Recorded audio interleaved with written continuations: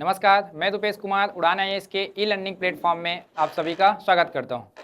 दोस्तों, आज सभी के लिए एक महत्वपूर्ण जानकारी लेकर हम उपस्थित हुए हैं। जैसे कि आप सभी को पता होगा या आप न्यूज़ या करेंट अफेयर के माध्यम से पढ़े होंगे कि भारत का जो कोस्टल लाइन है, समुद्री तट, जिसको लेकर एक नया डाटा जारी किया गया है, जिसमें कुछ वृद्धि हुआ है। जैसे कि आप पहले पढ़ते थे भारत की समुद्री सीमा को कि दक्षिण में जो पूरब वाला जो हिस्सा है वो बे ऑफ बंगाल है, बंगाली खाड़ी, और जो आपका पश्चिम वाला हिस्सा अरेबियन सी, अरब सागर, और दक्षिणतम जो भाग है कौन सा आपका हिंद महासागर, जिसमें समुद्री सीमा आप पहले पढ़े होंगे 7,516 किलोमीटर लगभग।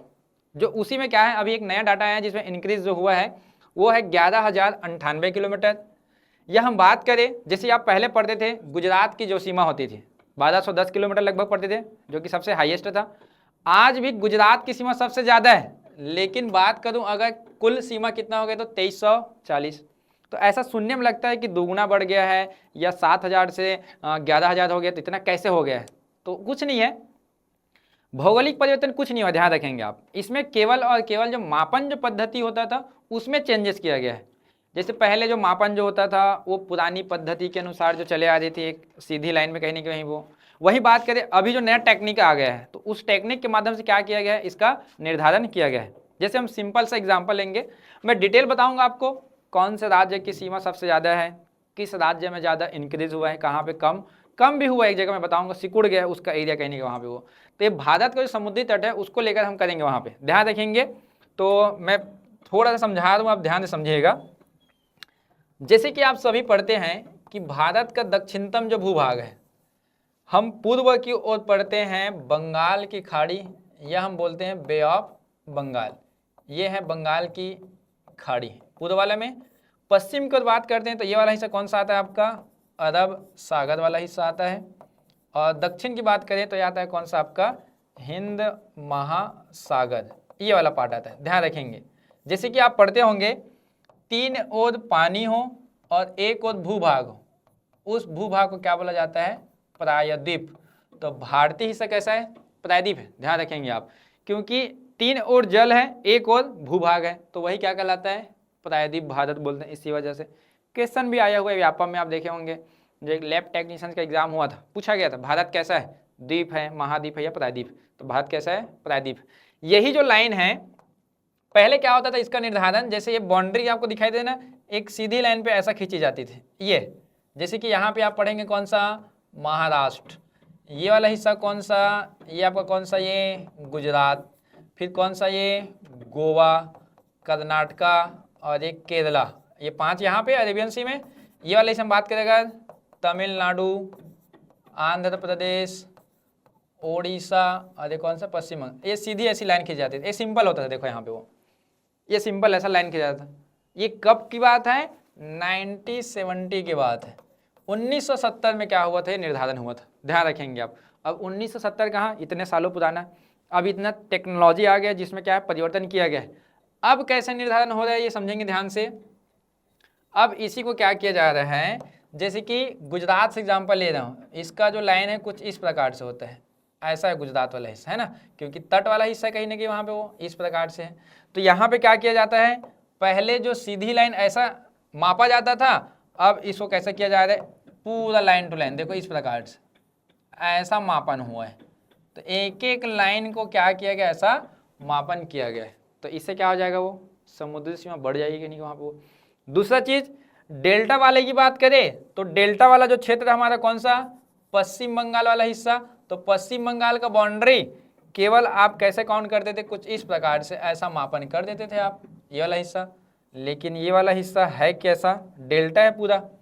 ये भूमि ऐसा, नदी जब यहाँ बढ़ती है इस प्रकार से वितरिकाओं में बढ़ जाती है, तो अभी मापन कैसा किया जा रहा है, अभी का मापन बता दो ना आपको, ये येलो वाला हटा देता हूँ। अभी का मापन कैसा होगा, देखो ऐसा, ये पूरा ऐसा होगा, ये इस प्रकार से पूरा ऐसा जाएगा वो, जिसकी वजह से क्या हो गया है, भारत की समुद्री तट क्या हो गई है, बढ़ गई है। आया समझ में। तो मापन में कुछ परिवर्तन नहीं है, बस टेक्नोलॉजी का यूज़ किया गया है। पहले सीधी लाइन से खींची जाती थी, अब एक एक बाउंड्री में क्या किया जाएगा, उसको कवर किया जाए। जैसे मैं एग्जांपल आपके सामने दे देता हूँ, और जैसे ये देखो, यहाँ पे आप देख पा रहे हो, ये जो हिस्सा है यहाँ पे स्ट्रेट लाइन है, देखो ये सीधी लाइन है, दिखाई दे रहा होगा, ये पूरा ऐसा। ये वाला। अब यहाँ पे मैं थोड़ा सा अगर आपको बताऊं तो ये वाला हिस्सा देखिए, ऐसा करके पूरा एक एक हिस्से पे क्या होगा, ये ऐसा सीमा बनेगा, ये देखो ये पूरा ऐसा बनेगा। तो क्या हो जाता है, उसमें बढ़ जाता है कहने के वहाँ पे वो, जिसकी वजह से इंक्रीज हुआ है, आप ध्यान रखेंगे आप, ठीक है ना। बात करें भारत के समुद्री तट से लगे हुए राज्यों के नाम, तो मैं एक बार अच्छे से बता रहा हूँ, समझेंगे ध्यान से ना। ये भी क्वेश्चन बनते हैं आपसे। पश्चिम बंगाल इधर चालू होगा, इधर कौन सा, गुजरात तक बनेगा वो। मैं एक एक स्टेट का नाम लिख रहा हूँ। ये जो हिस्सा है गुजरात राज्य है, गुजरात के बाद कौन सा आता है, महाराष्ट्र आता है, महाराष्ट्र के बाद छोटू सा कौन आता है, गोवा।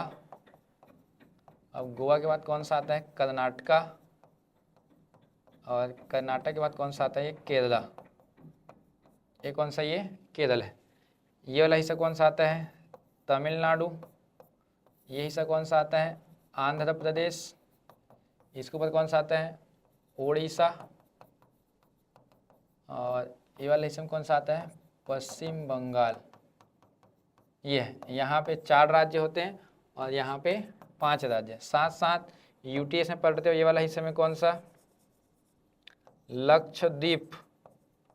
लक्षद्वीप। ये वाला हिस्सा कौन सा पढ़ते हो, अंडमान और निकोबार।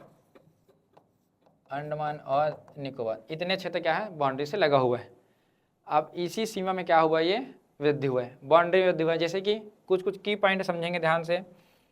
जैसे कि क्वेश्चन अगर आ सकता है, अभी के दृष्टिकोण से बता दें आपको, क्वेश्चन पूछा जाता है तट रेखा की लंबाई अब कितने सालों में गणना की जाएगी। तो अब प्रति 10 वर्ष में क्या होगा, तट रेखा की क्या गणना की जाएगी, लंबाई का ना, नया एक नियम के अनुसार।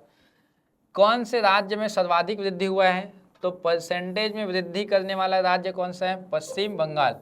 357% की वृद्धि हुआ है। अब ऐसा क्यों बोला जा रहा है, पश्चिम बंगाल का पहले जो बाउंड्री था कोस्टल लाइन का 157 किलोमीटर था, ध्यान रखना, और उसी में इंक्रीज बढ़ोतरी कितना हुआ है, 721 किलोमीटर हो गया टोटल। तो 157 से कितना बढ़ गया, 721।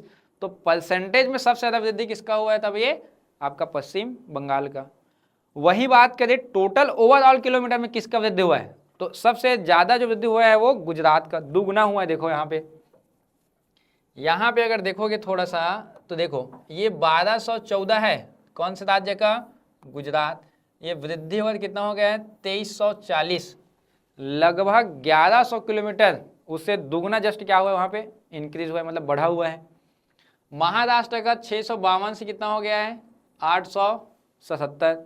गोवा का 101 से 193, कर्नाटक का 280 से 343, केरला का 569 से 600, तमिलनाडु का 906 से 1068, आंध्रा का 973 से 1053। ये भी चीज़ें क्या है, पहले सेकंड नंबर का आंध्र प्रदेश आता था, देखो पहला गुजरात और सेकंड में कौन आता था, आंध्रा। अब कौन सा आता है, देखो तमिलनाडु आ गया, ये सेकंड नंबर आ गया। देखो अब फर्स्ट में भी कौन है, गुजरात। ये डाटा भी सुधारना है, ध्यान रखना आप। उड़ीसा का, पश्चिम बंगाल का देखो 721, अंडमान निकोबार का भी देख सकते हो 1922 से हो चुका है कितना, 3083 अंडमान निकोबार का। पहले क्या करते थे, अंडमान निकोबार का जैसे द्वीप समूह है ये, तो हम लोग पहले कैसे मापते थे, केवल ये वाला हिस्सा ऐसा माप लिया जाता था। लेकिन अब कैसा मापा जा रहा है, एक एक द्वीप का अलग अलग हिस्सा को क्या किया जाएगा, मापन किया जाएगा, ध्यान रखेंगे आप, ठीक है ना। लक्षद्वीप का 132 से 144 हो गया है, पुडुचेरी का 43 से 42। ऐसा एकमात्र क्षेत्र है जिसका जो आपका लंबाई में क्या हुई है, कमी हुई है, इसमें कमी हुआ है, ध्यान रखेंगे आप, है ना। दमन द्वीप 42 कितना हो गया, ये 54। तो टोटल कितने हो गए हैं, 11,098 किलोमीटर, ऐसा इंक्रीज हुआ है। अब देखिए यहाँ पे पुडुचेरी की सीमा में कमी हुआ है, यहाँ पे लिखा हुआ है कितना परसेंट है, लगभग 10% की कमी हो गई है। 10% क्या हुआ है यहाँ पे, कमी। पहले 47 था, अब कितना हो गया, ये 42। ध्यान रखना 10 साल में गणना की जाएगी। अब सबसे ज़्यादा बढ़ोतरी परसेंटेज में पश्चिम बंगाल, कमी कहाँ हुआ, पुडुचेरी पे। टॉप के कौन कौन से हैं, सबसे टॉप में गुजरात आएगा, अब सेकेंड में तमिलनाडु आएगा और थर्ड में कौन आएगा, आंध्र प्रदेश। ये इंपॉर्टेंट है, मैं बार बार बोल रहा हूँ, पहले आंध्र प्रदेश आता था सेकंड नंबर में, अब कौन आ रहा है, तमिलनाडु आ रहा है। तो गुजरात, तमिलनाडु और एक आंध्र प्रदेश, ये तीनों को याद रखेंगे आप, ठीक है ना। मेन इंपॉर्टेंट ये फैक्ट है आपके लिए। बाकी मैंने आपको ये बता दिया है कौन सा राज्य का किलोमीटर कितना है, और क्वेश्चन आएगा टोटल किलोमीटर कितना हो गया है, तो 11,098 किलोमीटर। पहले कितना था, 7516 किलोमीटर टोटल ना, टोटल की बात कर रहा हूँ। तो अब कितना हो गया, 11,098 किलोमीटर हो गया। आया समझ में ये। तो ये डाटा इंपॉर्टेंट है, ध्यान रखेंगे आप, क्वेश्चन जरूर आएगा आपका। तटीय सीमा में कौन कौन से राज्य लगते हैं, कितना किलोमीटर है, कितना वृद्धि हुआ है। आया समझ में यहाँ तक ये। तो आप थोड़ा नया डाटा को ध्यान रखेंगे, ये मैं आपके लिए लिख दूँ यहाँ पे कौन सा क्या होगा यहाँ पे, ठीक है। वही हम बात करें अगर तरीका का, तो पहले एक लाइन पे सीधी लाइन पे खींची जाती थी, अब क्या होगा, हर एक हिस्से को क्या मापा जाएगा। क्लियर हुआ ये। अब बात करें आपके लिए समुद्री सीमा का, तो हमारे यहाँ समुद्री सीमा में आप पढ़ते हो 3 अलग अलग टाइप्स के। जैसे आपका क्या है, कोस्टल लाइन है, यहाँ से आप पढ़ते हो ए, यहाँ से एक पढ़ोगे आप क्या बी, एक क्या पढ़ते हो सी। ए वाले का जो क्षेत्र है यहाँ से, ये जो ए वाले का क्षेत्र है 12 नॉटिकल माइल है तट से, इसको क्या बोला जाता है, प्रादेशिक जल सीमा, टेरिटोरियल वाटर बाउंड्री।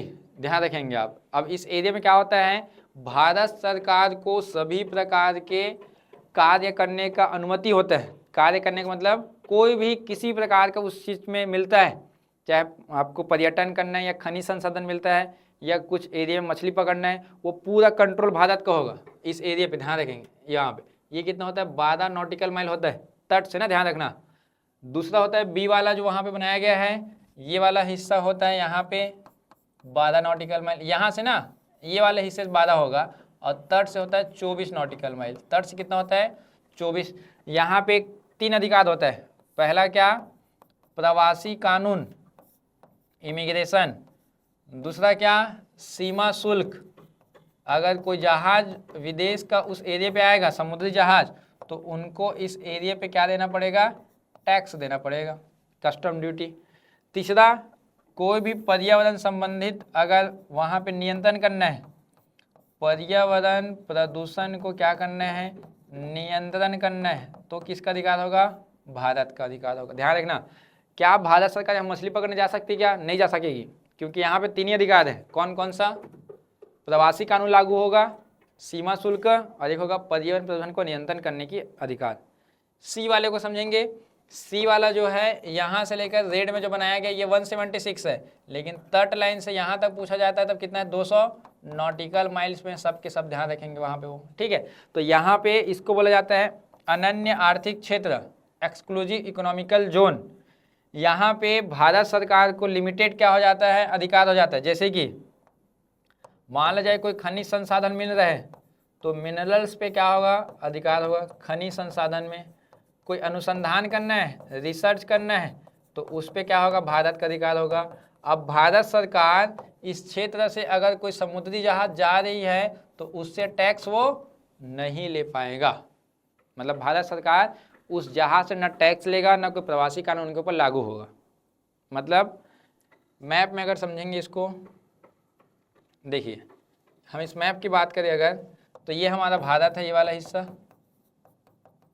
ये भारत है। अब भारत का जो अधिकार होगा कहाँ कहाँ होगा, 12 नॉटिकल माइल में पहले होगा, ये वाले एरिया में पूरा अधिकार होगा। जो भी चीज़ वस्तु मिलेगा, मछली पकड़ना है, सब भारत का अधिकार होगा। इसके बाद आप पढ़े कौन सा, सेकेंड वाला, यहाँ पे भारत का क्या होगा, प्रवासी कानून लागू होगा। यहाँ पे भारत सरकार पर्यावरण प्रदूषण को नियंत्रित कर सकता है, सीमा शुल्क लेगा। इसके बाद होता है एक तो 200 नॉटिकल माइल। 200 नॉटिकल माइल में क्या होगा, केवल खनिज संसाधन। यहाँ से कोई जहाज गुजरेगा तो उसको कुछ नहीं बोल सकते। अब देखो इसी में कौन आ गया, ये श्रीलंका। इसी कारण हर एक मैप में भारत के साथ किसको दिखाया जाता है, श्रीलंका देश को दिखाया जाता है। 12, 24, 200 नॉटिकल माइल श्रीलंका का भी होगा। तो ये वाटर बॉडी, ये वाला जो हिस्सा है यहाँ पे, वो कौन से देश का पार्ट हो जाएगा, इंडिया और श्रीलंका। तो यहाँ पे दोनों का आता है, तो दोनों को दिखाना पड़ेगा ना कहीं वहाँ पे वो। जिस वजह से इंडिया हमेशा हर बात अपने मैप पे किसको दिखाता है, तो इंडिया को दिखाता है। आया समझ में ये। तो भारत की समुद्री सीमा 3 प्रकार से पढ़ना है। एक होता है प्रादेशिक जल सीमा जिसमें संपूर्ण अधिकार होगा, संलग्न जल क्षेत्र जिसमें 3 अधिकार, पर्यावरण प्रदूषण का नियंत्रण, सीमा शुल्क, प्रवासी कानून, अनन्य आर्थिक क्षेत्र मतलब क्या, जहाँ केवल 2 अधिकार होगा। पहला खनिज संसाधन की प्राप्ति होती तब, दूसरा कोई रिसर्च करना है तब, या कोई द्वीप मिल गया उस एरिया में तब की बात है। ये तीनों याद रखेंगे आप, ठीक है ना। 12, 24, 200 नॉटिकल माइल है ना, ये ध्यान रखना है। साथ साथ अभी जो नया डाटा आया है उसके अनुसार द्वीपों की संख्या में भी वृद्धि हुई है। आप पहले जो द्वीप पढ़ते थे 615 द्वीप सुने होंगे आप, जो नया पुराना डाटा है, लेकिन अभी जो द्वीप है इनकी संख्या में वृद्धि हो गई है। कुल द्वीप की संख्या भारत में 1389, जिसमें से अपतटीय 1298 है। समुद्र में जो है तट वाले हिस्से में, ये तट वाले हिस्से में कौन सा आता है आपका, जैसे कि सॉल्सेट द्वीप, मुंबई जो शहर है, दमन द्वीप वाला हिस्सा वो आता है, इसमें 91 है। आप लोग 2 नाम तो सब स्पेशल जानते होंगे, एक लक्षद्वीप सुने हो, भारत का यूटीएस है ये वाला हिस्सा, और एक सुने कौन सा, अंडमान और निकोबार। ये अंडमान और निकोबार है, और ये कौन सा है, लक्षद्वीप। अंडमान निकोबार में ही टोटल आप पढ़ते कितना, 572 द्वीप है अंडमान निकोबार में टोटल। ये जो आपका लक्षद्वीप है यहाँ भी काफ़ी सारे क्या है, छोटे छोटे द्वीप हैं, जैसे कि आप यहाँ पढ़ते कितना, 36, यहाँ कितने पढ़ते हो, 36 तो यहीं पे। ऐसे और कई सारे मिले हैं, ध्यान रखना। पुडुचेरी है, जैसे कि दमन द्वीप है, यहाँ पे बहुत सारे द्वीप है। तो ऐसे टोटल कितने हैं, 1389, 1389 ध्यान रखना, जिसमें से अब तटी 1298 और तटी कितने हैं, 91 है। ये भी नया डाटा है, आप सुधार लीजिएगा, उसमें भी ध्यान रखेंगे आप। तो ऐसे नया डाटा है, ध्यान रखना, इम्पॉर्टेंट है। तो सभी जो स्टूडेंट जो पुराने पढ़े हुए हैं तो उनसे आप अपडेट कर लीजिएगा कि कितना कितना किलोमीटर इंक्रीज हुआ है। श्योर है, अगली बार क्वेश्चन फंसेगा ही फंसेगा, ध्यान रखेंगे आप ये पूरा सुधार कर लेंगे वहाँ पे वो, ठीक है। तो इसके अलावा एक आप सभी के लिए जानकारी देना चाहूँगा, उड़ान आईएएस एकेडमी के द्वारा बिलासपुर शाखा में एक नया बैच प्रारंभ किया जा रहा है। इस बैच की खास बात क्या क्या है समझेंगे ध्यान से। जैसे कि शिक्षक भर्ती को लेकर, शिक्षक भर्ती की परीक्षा अभी आप बार बार सुन रहे हैं न्यूज़ में कि सीएम के द्वारा इस भर्ती का शीघ्र से मतलब आयोजन किया जाएगा। शिक्षक भर्ती 11 अगस्त 2015 से शाम 5 बजे से 8 बजे के बीच बिलासपुर शाखा, जो कि अटल बिहारी वाजपेयी जो पुराना जो यूनिवर्सिटी था उसके जस्ट सामने पे है, वहाँ पे बैच प्रारंभ किया जा रहा है। बिलासपुर शाखा में शाम का समय होगा 5 से 8 बजे के बीच में। ये जो आपका क्लास होगा शिक्षक भर्ती में खास तौर पे सहायक शिक्षक और शिक्षक दोनों के लिए होगा, वर्ग 2 और वर्ग 3। ऑफलाइन के साथ साथ आपको ऑनलाइन सुविधा भी उपलब्ध करवाई जाएगी। दिन प्रतिदिन का क्लास आपको उपलब्ध PDF जो मिलेगा वो आपके ऐप में मिल जाएगा। अधिक जानकारी के लिए नीचे दिए गए नंबर पर संपर्क आप कर लीजिएगा। 3 दिन का डेमो आपको निःशुल्क रहेगा कहीं नहीं कहीं वहाँ पे वो। वहीं बात करें एक और बैच है हमारा 11 अगस्त को ही, जो दोपहर 11 बजे से 2 बजे के बीच में है, जो दोपहर 11 से 2। इस बैच की खास बात की बात करूं, ये केवल और केवल वर्ग 3 अर्थात सहायक शिक्षक के लिए होगा, ध्यान रखना, वर्ग 3 के लिए। ये ऐसा डिफरेंस क्यों है, तो आप पढ़े होंगे कि बीएड वाले जो होंगे वो केवल और केवल इसको दिलाते हैं शिक्षक को, है ना। डीएलएड वाले हैं वो वर्ग 2 वर्ग 3 दोनों दिलाते हैं, लेकिन ज़्यादा से ज़्यादा पोस्ट आने की संभावना माना जाता है सहायक शिक्षक का है, जिसमें कि कंपटीशन भी है कहीं नहीं कि वहाँ पे वो, और उसका सिलेबस भी थोड़ा सा चेंजेस है। जैसे कि इसमें सामाजिक अध्ययन होता है, इसमें पर्यावरण अध्ययन आपको ज़्यादा मिलेगा, 20 अंक के मिलते हैं। गणित में भी डिफरेंस होता है, गणित और विज्ञान को लेकर के। तो ये वाला बैच आपका सेपरेट चलेगा ना, अलग से, ध्यान रखना आप। जो 11 से 2 बजे तक चलेगा, ये सेम डेट है 11 अगस्त को, दोपहर का बैच है 11 से 2 बजे तक। ये वाला भी आपका 11 अगस्त को है, ये शाम को 5 से 8 बजे, ये दोनों के लिए होगा। और ये क्या होगा, केवल केवल वर्ग 3 के लिए होगा, ठीक है। धन्यवाद आप सभी का।